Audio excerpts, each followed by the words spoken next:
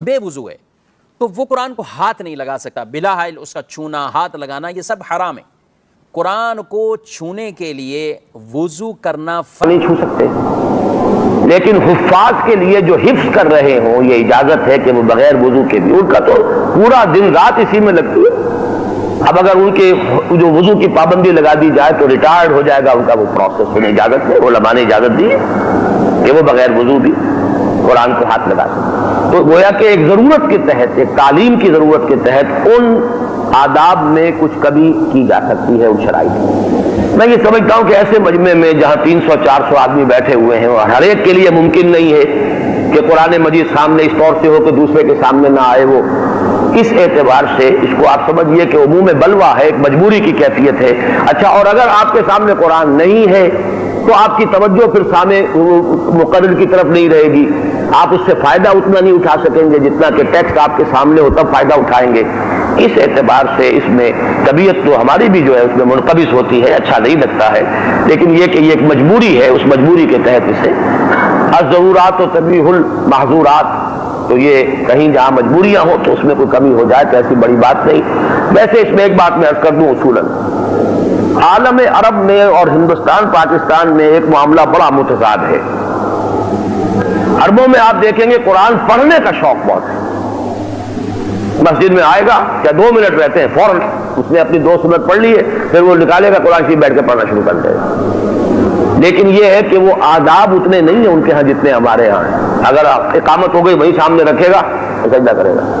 یا میں نے یہاں تک دیکھا مسجد نبی میں کہ جہاں جوتیاں رکھ دی جاتی ہیں وہ ستونوں کے ساتھ وہیں اوپر رکھ دیتے ہیں قرآن، لیکن یہ کہ پڑھتے ہیں۔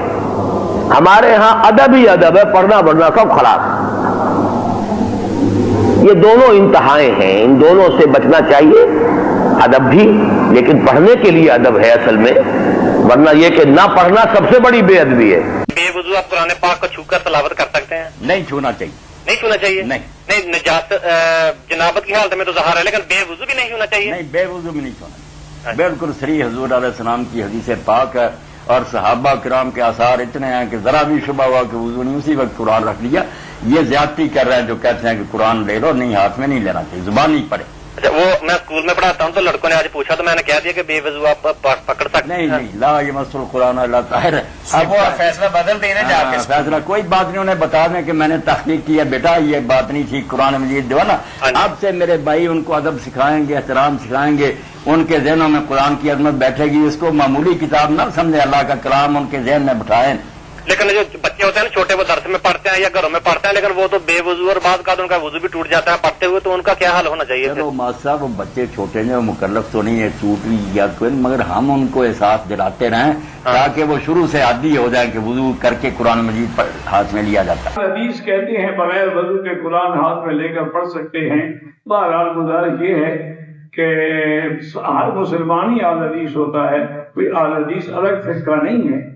تمام فقہائے ائمہ اربعہ جو ہیں سب سے بڑے اہل حدیث تو وہ ہیں کہ جنہوں نے حدیث سے مسائل لکھ کے کتابوں میں جمع کیے ہیں۔ بہرحال قرآن تو یہی کہتا ہے کہ اس کو پاک ہی ہاتھ لگائیں، لا یمسہ الا المطہرون، باقی تمہاری مرضی۔ اس سے جو کہا گیا کہ اسے پاک لوگ ہی چھوتے ہیں، تو فرشتے اسے چھوتے ہیں، فرشتے گناہ، شرک، ہر طرح کی برائی سے وہ پاک ہے، معصوم ہے، تو فرشتے چھوتے ہیں۔ دوسری تفسیر یہ ہے کہ قرآن پاک کو ایسے لوگ ہی چھوتے ہیں کہ جو شرک سے پاک ہے، یہ بھی ایک تفسیر۔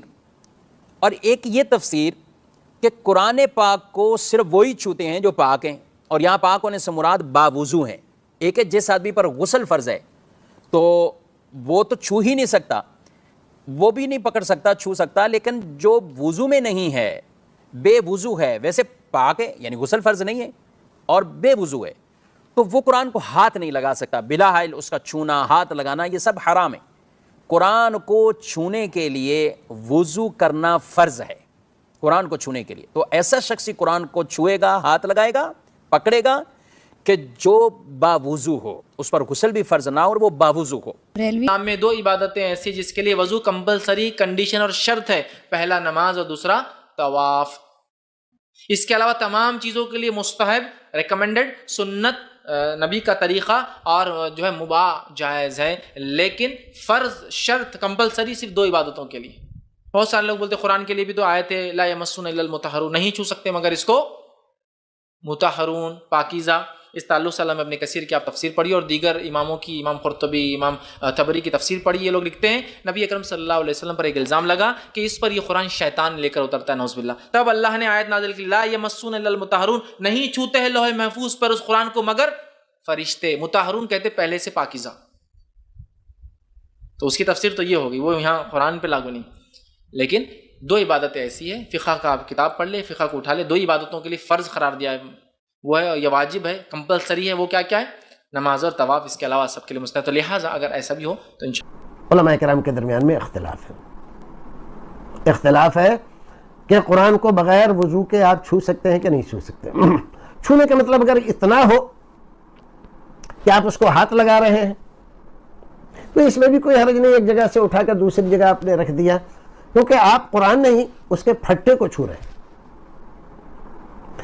رہی بات پڑھنے کی، تو بعض علماء کرام منع کرتے ہیں کہ بغیر وضو کے قرآن نہیں پڑھنا چاہیے، لیکن بہت سارے محدثین نے بعض احادیث صحیحہ کی بنیاد پر اس کی اجازت دی ہے کہ قرآن شریف آپ پڑھ سکتے ہیں بغیر وضو کے، پڑھ سکتے ہیں. کہ قرآن پاک میں سورۃ الواقعہ میں آیت ہے لا یمسہ الا المطہرون، کہ قرآن کو نہیں چھوتے مگر پاکیزہ لوگ. تو اس کانٹیکسٹ میں لوگ کہتے ہیں کہ جی وہ کچھ ضعیف روایتیں بھی ہیں کہ قرآن پاک کو بغیر وضو شخص ہاتھ نہیں لگا سکتا، لیکن ایسا کوئی مسئلہ قرآن و حدیث سے ثابت نہیں. بلکہ اگر اس آیت کا کانٹیکسٹ دیکھیں تو یہ چلتی ہے پیچھے سے، بسم اللہ الرحمن الرحیم انہ لقرآن کریم فی کتاب مکنون لا یمسہ الا المطہرون تنزیل من رب العالمین. یہ کتاب جو ہے بڑی زبردست کتاب ہے، کریم کتاب ہے، جو کہ لوح محفوظ میں ہے، کتاب مکنون میں، اور وہاں اس کو نہیں چھو سکتے مگر پاکیزہ لوگ، اور یہ وہاں سے اتری ہے تیرے رب کی طرف سے. یعنی جو کافر اعتراض کرتے تھے کہ یہ قرآن جو ہے یہ شیاطین نے نازل کیا، اس کا رد ہے کہ شیاطین تو وہاں پہنچ ہی نہیں سکتے، یہ فرشتے اس کو چھوتے ہیں. تو یہ اس کانٹیکسٹ میں بات تھی، نہ کہ وضو کے کانٹیکسٹ میں. تو قرآن پاک کو بغیر وضو کے چھوا جا سکتا ہے، اور اس میں میرا درمیان کا اجتہاد ہے وہ یہ ہے کہ اگر کسی شخص نے تلاوت کی نیت سے قرآن پاک کو پڑھنا ہے، اس کی قرات کرنی ہے، تو وہ وضو کرے، کیونکہ وضو پروٹوکول ہے عبادت کا. البتہ اگر کسی نے قرآن کو سمجھنا ہے، اس کی تفسیر پڑھنی ہے، اس کا ترجمہ پڑھنا ہے، اس کے لیے وضو کوئی پروٹوکول نہیں ہے. اور انہی چکروں نے لوگوں کو جو ہے وہ وضو کے معاملے میں ڈال کے تو قرآن پاک سے دور کر دیا. کوئی نہیں ہاتھ لگا سکے گا، صرف